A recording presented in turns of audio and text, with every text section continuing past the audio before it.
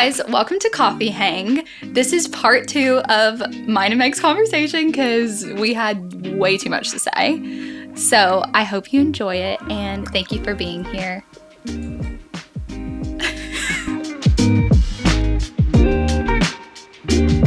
There's a big thing we haven't talked about that we need to talk about. Are you ready? Yeah, I think so. Is it off? Is it what you, I don't, yeah.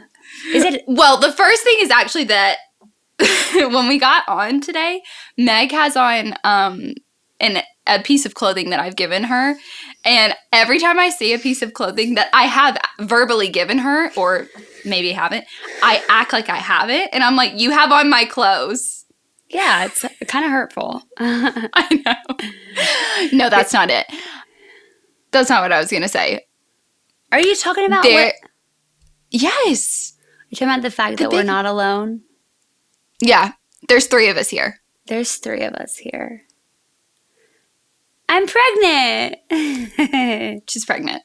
So exciting. Baby is due in February. We're so excited. Right down here.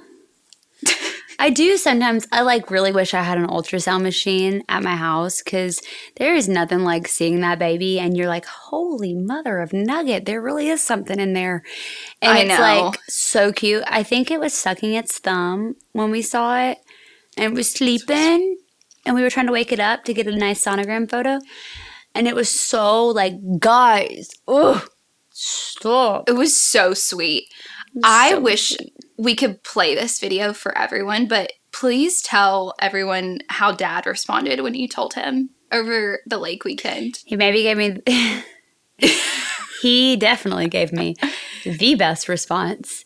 So I had I was trying to figure out how to tell both of our families. We knew that we didn't know how we were going to tell them, but then ironically, both of them wanted us to go on vacation with them a week apart from one of each other. And so we were like, you know what? Life's crazy as it is. Why not we just tack on to it? No, I'm joking. But we're like, okay, let's tell them in person. And so fortunately, my mother-in-law had a birthday. And then fortunately and unfortunately, I forgot to buy my father a Father's Day gift. So that was kind of the way that I was able to gift a picture of this sonogram. That's what I ended up doing. Without it being weird that they all of a sudden are opening something. Exactly. So my dad opened up his quote unquote Father's Day gift. And he was like, he saw it first. He didn't see the sonogram. He just saw the picture. And he was like, is this a picture of you? And I was like, uh-huh. And then he goes and love that. And he would have. I think it's weird. Anyway, he goes and picks it up. And then he looks at it and he goes, oh. And fake passes out. Throws his head, so dramatic. Throws his head to the side.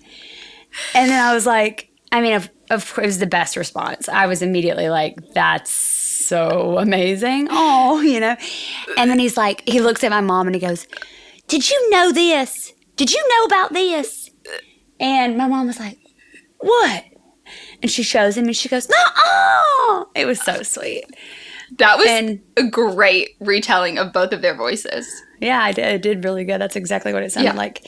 Anyways, it was really sweet. And I guess, I don't know what else to say other than the fact that it was just really dramatic and sweet. The only other thing that feels important is that I can finally talk about it because I knew for how many weeks? And every time I would see my parents, I would be like, baby. I would try so hard not to say anything because I just love, if anyone's having, an exciting thing happening, I love to keep everyone connected in the know. Aren't we so excited about this? But Same. This one thing, literally couldn't talk about it, so I would just talk about it with Evan. And I'd be like, but remember, we can't say anything. Well, and that's so hard because, what's so hard? It's so hard to hold on to not talk. The fact that you were pregnant for 3 months before you arguably tell people is insane. And technically 2 months because you find out at 1 month. But that is a long amount of time for exciting news. Yeah. And so anyways, we would tell people as we saw them, but yeah, Molly had to know for a long time, so that was... I did. Meg called me. She FaceTimed me. She said, I have to tell you something. I knew as soon as she said that. Because you really don't even remember. I was in Germantown sitting outside. I mean, that was... And we were on FaceTime. And you were like, I have to tell you. Yeah. That was, yeah. And so, anyways, it was really, really, it was sweet. Yeah. So, Meg's about to start her Newly journey. And you were going to start telling me something about this before we hit record. And I was like, please wait. Do you remember? Well, I was going to tell you that I thought my package arrived. I don't think I was going to tell you this. I thought my package arrived today. It didn't. My Amazon, new Amazon workout bottoms arrived. But my Newly comes tomorrow. So I couldn't wear any of my new stuff. But I was going to say that, I'm going to do, a monthly fit and be like, all the ways I'm wearing my Newly. Yeah, honestly, I think you should because... sponsor me. Heck yeah. When Meg was like, what do I do? Yeah, we were talking about pregnancy clothing and all that. And I was like, dude, you literally should do Newly because each month you kind of can either do a bigger size or whatever, because I feel like it's stupid to spend a lot of money on pregnancy clothes when you sure as well are not going to wear them after you're pregnant or after postpartum for a little bit, right? And for me, spend that money on other things. I think what's interesting for me, and I'd be so, any of the girlies listening, I'll take your advice, but for me being pregnant in a primarily clothed season, a lot of girls would probably arguably wear dresses. That's not really an option for me. I have to wear pants. Yeah. And so... Why do you have to wear pants? Because it's going to be cold. Oh, sorry. I thought I was going to get something silly out of you. No, because it's going to be cold. I could wear a dress. Sure, let's argue. I could wear a dress. That will happen. Yeah. But my point is, it's not like summer where you can, just throw a dress on. Totally. You know what I'm saying? It's a different season of pregnancy. And so for me, it felt as if, I need jeans. I need pants. Yeah. And that's, my biggest crux right now is, pants. Shirts I don't think will be a big problem. I have plenty of sweaters that you can wear that average a size small to extra large on a normal you know what I mean? Sweaters are oversized. Totally. Yeah. So I knew that Newly for me was going to be about my pants. And so I just got a bunch of pants and I was very excited. And I got a bunch of nice pants. And they have maternity on there? They're maternity pants. Oh, heck so they look like normal cute jeans, but they fit your bump as it grows. Mm-hmm. So I said, done. Heck yeah. I think Newly's brilliant. It's a good price, and you get 6 items. Also, if you're interested in doing Newly, please hit me up. I will give you $30 off on your first. Yeah, true. box. True. I've never tried any of the other renting platforms, but I saw a price for one of them that's no, it was something. It was more designer stuff. Newly Fashion is. Pass? More Anthropology brands because it's by Anthropology. Yeah. But I think it might have been Fashion Pass, but it was 10 items for one something. And unless you need some designer stuff, I just think Newly's a good way to go. I think Newly's a great way to go I don't know. I just think a lot of girls use it for every day. Whereas Rent the Runway, maybe it's a little more millennial than Gen Z, but Rent the Runway is very event forward. Because you have all your high-end fashion. Can you buy those after you wear them like you can on Newly? Technically. Yeah. Oh, yes. Yeah. Because I think the other thing about Newly, I used to work for Anthro, so I had a discount. And Newly was the only other place I saw similar prices as what an employee would pay. And it's that's kind of cool. Free people stuff. Oh, you're saying discounted, yeah. Mm-hmm. If it's older season, a lot, though. And some things, I think I bought one piece that you would never know. And I had gotten it like 60% off or something crazy. It was Free People. But anyways, we love Newly. Not sponsored, but sponsored, you know?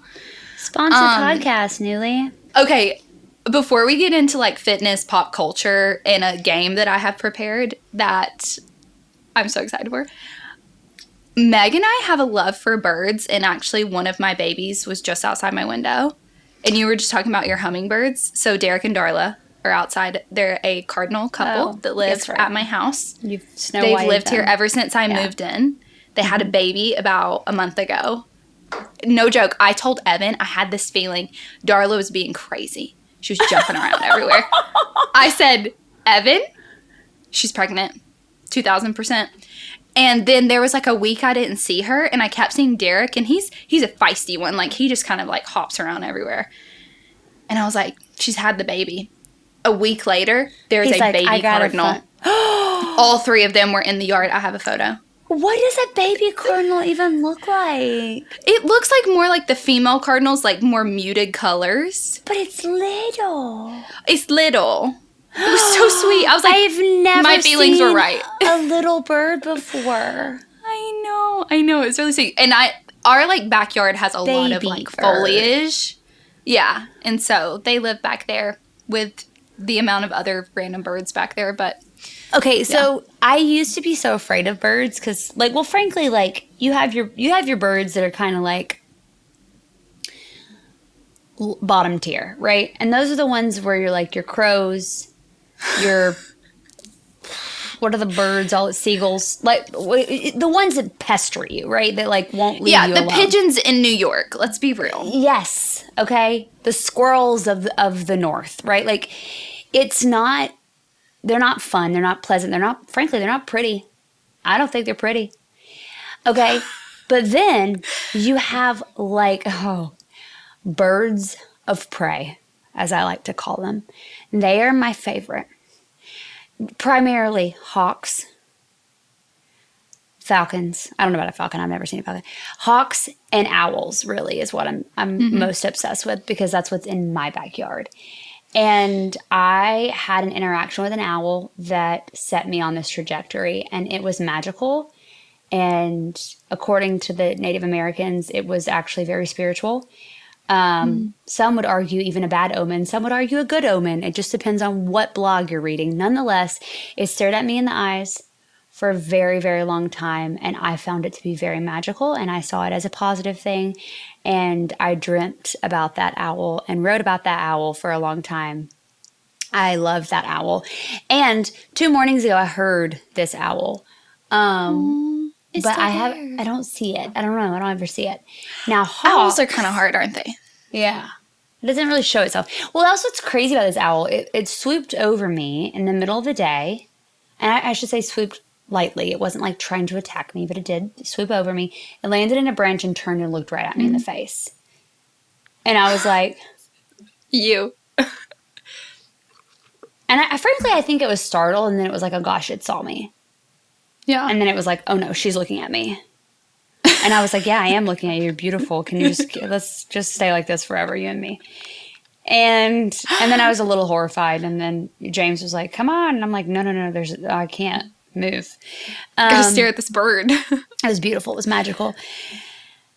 And then around that time, before that time, and after that time, hawks like to land on our balcony. And we have a lot of hawks in this area.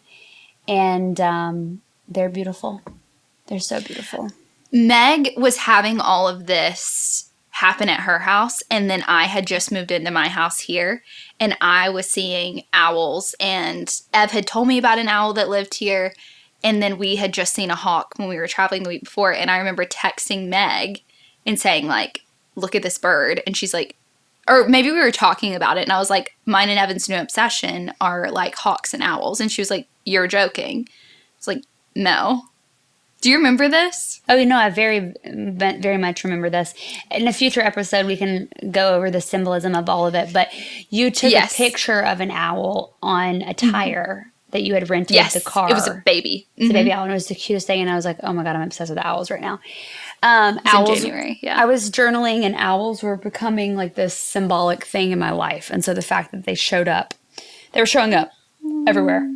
And Molly had taken a picture of an owl, and I was like, what? Connected.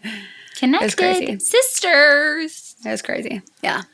Okay, so in the theme of all the different movie remakes we're getting, like The Devil Wears Prada, Freakier Friday, all of that, because Meg and I watched all of these movies growing up together, there is a land of movies that it got me thinking about. Do you know who I'm about to bring up?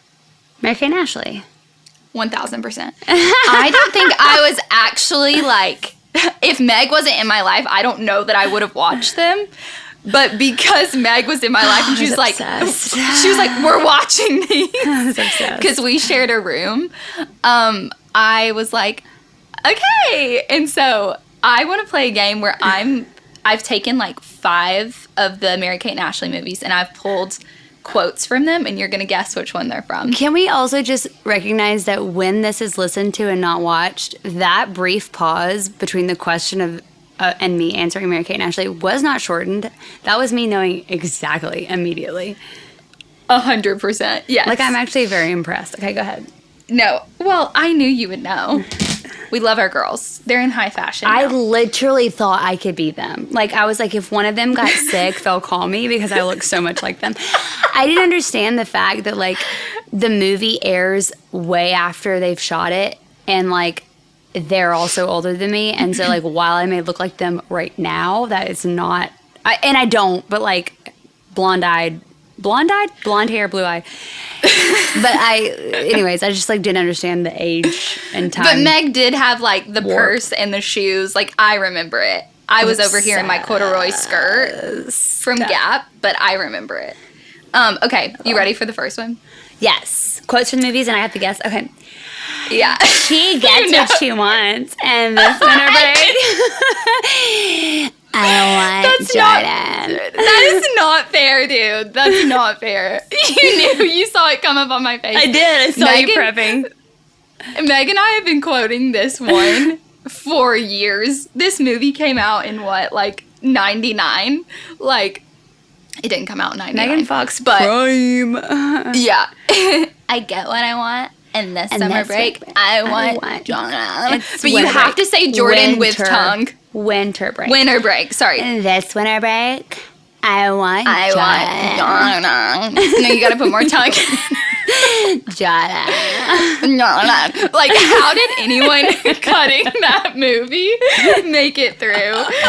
I watched I can't play it on here because it's copyrighted, but when I rewatched the movie clip, I was crying. She probably looks back at that and laughs. I want Jordan.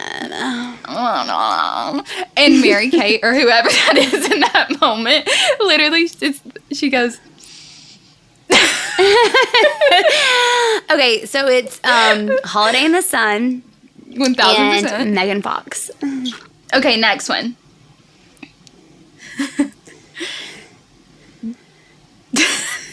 I'm trying to figure out which voice to do. Bonjour, bonjour, bonjour. Bonjour. Oh my God. That is Passport to Paris. That is the blonde-headed kid that would have been with Ashley. He was like, yes. Oh, the American girls. I mean, all of the French girls are like, oh. But you American girls, no. You're like, bonjour, bonjour, bonjour. Oh my God. Nailed it. It was like a one take for him, for sure. Okay, good job, good job. Yeah.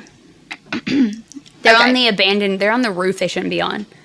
And they're about to get caught. Yes. Yeah. Mm-hmm. Okay. This is one sister and then the other sister. Never, ever touch my day planner. Okay, you need to chill on the nerd book, okay? You have issues. You've got this. Think about who had a day planner and it got left in a taxi. Okay, but yes, I didn't watch this in a New York Minute. I didn't watch this one that many times. And in all fairness, I think it was a new production company, so it wasn't in the same world of all the other ones where they threw the dart on the map to see where it landed. Now, I could actually be wrong, and that could actually factually not be true that I said any of that. But for me, it feels as if it was a gap of time in which that technically was not in the same era, if we're going to do a callback to the term, as the Mary-Kate and Ashley's that you have been quoting so far. So nonetheless, I'll give myself a little bit of grace for the pause, but that is in a That was why I added it. I couldn't do all the ones that are from that era because you would have known. Ashley had the day planner in that movie, and Mary-Kate was the wild card. Again, for lack of having any creative diversity in my language in this podcast, my brain is farting, so yeah. Okay. Next one. Do you see what I see? I don't know what you see, but what I see is me. I see me too. Does that mean there's two of you? Two of me? I love this movie. Do you see what I see? They're so cute. What I see is me. That is It Takes Two. Good job. Also, arguably not in the same little era. It was in the era of the time in which all these others were created, but it was put on a larger screen with a larger budget, and so that movie 1000%. was just top notch. Yes, It Takes Two. That is where they run smack into each other, fall over, and one has on the dress, one has on the baseball uniform, and they decide to switch lives. Love that film. Okay, last one. Like, I need people to, like, I am obsessed with them. Last one. There's not a quote in this. I'm just going to describe the scene. Okay. Scrambled eggs in a Ziploc bag. Yes. Shake it, shake it, shake it, shake it. Scrambled eggs. Or you could use, like, the whisk. Yeah. It's Billboard Dad when they're making eggs. 100%. Billboard Dad was one of my favorites. She's looking for a whisk. Mary-Kate's looking for a whisk. And Ashley grabs it and she's like, shake it, shake it. No! Opposite. Ashley's looking for the whisk. Mary-Kate says, shake it, shake it, shake it, shake it. La la. Scrambled eggs. Because she just walks in after having looked like a boy on the street skateboarding. And you're like, oh, wait, it's the daughter? Yes. Okay, last thing I want to chat about is what you... Well, I actually have a question. Okay. Fitness. Didn't you just get a certification in it? I did. I got my certified personal trainer certification. Yeah, girl, because you were posting about it a few months ago, and I couldn't remember. I haven't officially announced that, but I'm also taking my nutrition coaching certification right now. But I've been coaching for the past 5 years, and 5 years, 4 years, 4 years. I love it. It's another part of my life. What's your favorite thing with it? What's your favorite part about it? I love coaching women. I love helping women to believe in themselves. I love bringing hope in a place that feels dark and confusing and scary. I think I've walked through it so much on my, well, not to say on my own, but I've walked through it as far as like believing things to be impossible and then seeing change happen, and then you're like, oh my gosh, wow. And even just like the mental change, and I would say I'm in a little bit of a mental funk probably right now, but although I think the growth within me is a lot more there than I give myself credit. But I think that was like initially the big thing was the mental change that I noticed, like, or like how much a challenge physically is so much more coming from a mental space. Yeah. So like what you think and feel and believe about the situation. Do you, like, when someone has an aha moment, is that your favorite thing? Light me up. Yes, I love it. Well, I love it because, I mean, my hope is that women would feel less intimidated by a lot of things. Gym culture, building muscle, and be empowered with the science of why these things are impactful for their life, and that they can make informed decisions based off of what evidence is shown or research has shown, or even just learning how to be intuitive with their own body. And I think those are things that I think sometimes I forget how far I've come with some of those things, that I think I forget. It's kind of like going back to the basics and being like, oh no, these are, some people don't even know how to do this necessarily. Like, be in tune with their body. And so they're starting from ground zero sometimes. Yeah. Oh, totally. Yeah. Or rebuilding, I guess I should say. Yeah. And I think coaching is something where I always say anybody and everybody needs a coach at any point in time, because we all have blind spots. We all have things we can't see. And to have someone on the outside helping hold up the mirror for you, as my life coach had said, like, my job is to hold up the mirror for you. And I think we all need that. It's so easy for us to, like, not hear what we're saying, you know? And or like just need a second opinion or someone to like speak into the situation. Yeah, it can feel lonely too. Like, thinking about fitness or trying to figure out any of your nutrition, like, it can feel lonely because I have a different way of looking at it than my best friend, than you. And like, sometimes those can be really complex conversations where it's like, having someone who's not a part of your life, that's more of a like outsider speaking in, that you trust, I think is really helpful. Yeah. And it's also, you know, it's so dynamic, and in the sense that the way what you just said, it makes me think about like how it's a journey, and anybody and everybody is at somewhere on their journey. And just like I was talking about at the beginning of the podcast, or episode 1, LOL, is that I think you have to go through that journey in order to grow, right? Like, you have to, like I was talking about being in the pain and not just quickly trying to shove myself through that. You have to let yourself be there so that you can learn. I think a lot of people want the process to be easy, and that's what tends to make people shy away from it, back away, give up, any form of that, slow down. And that's okay. That's part of the process, is learning how to get back up. And you only get better and better about getting up faster and faster and faster and faster. And you learn how to coach yourself, essentially because you learn to hear yourself. And I think that's where it has to start, is that you let yourself hear yourself. Like, what are you saying to yourself? Why are you saying that? Right. And that reminds me of something. I feel like in my latter part of my 20s, I'm having a little bit more of like those, you hear women in their 30s talk about like the latter part of their 20s. And they were like, you start learning even more stuff about yourself. And that makes me think of a realization I've had lately about like,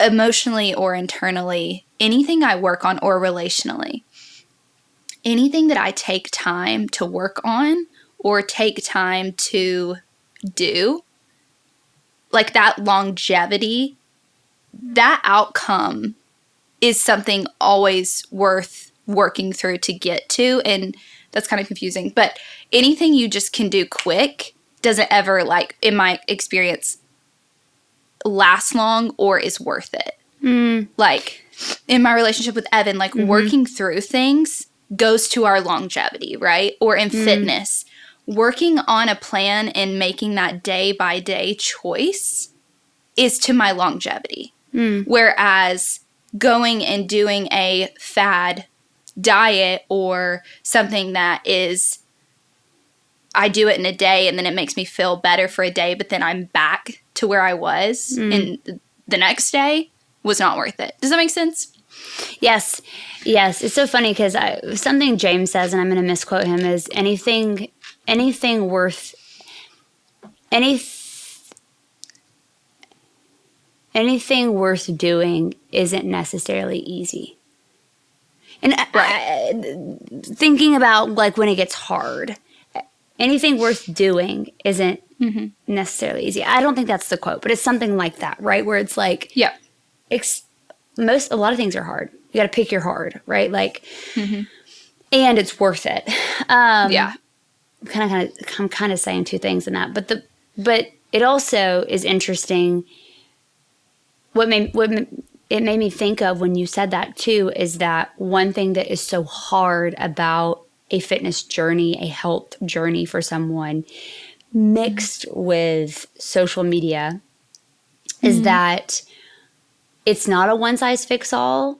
And often, well, it depends on what you're consuming, but you might be in a season where you need to hear something else. Like, so when I would coach a group of women at the same time, I would find that there were some women who I needed to encourage to rest. And then there were some women who I needed to encourage to work, right? Like, it's not black and white in the sense of like, if I made a single statement, it would cover all women.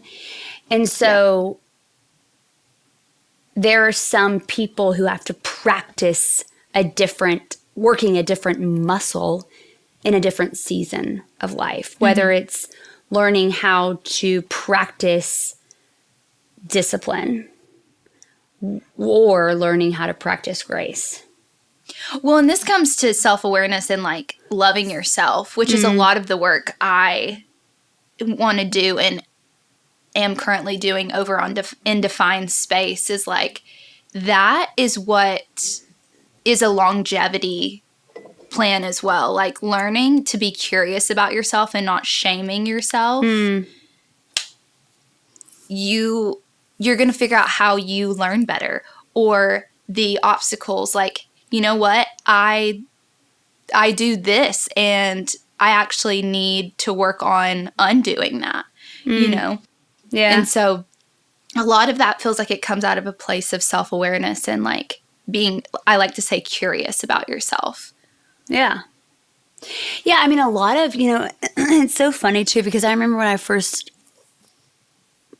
the journey that I went on as far as like specifically becoming a coach was because of a program that I was a part of. And that program that I was a part of was very, she would say our kind of three focuses are fitness, nutrition, and mindset. And the mindset aspect was new to me.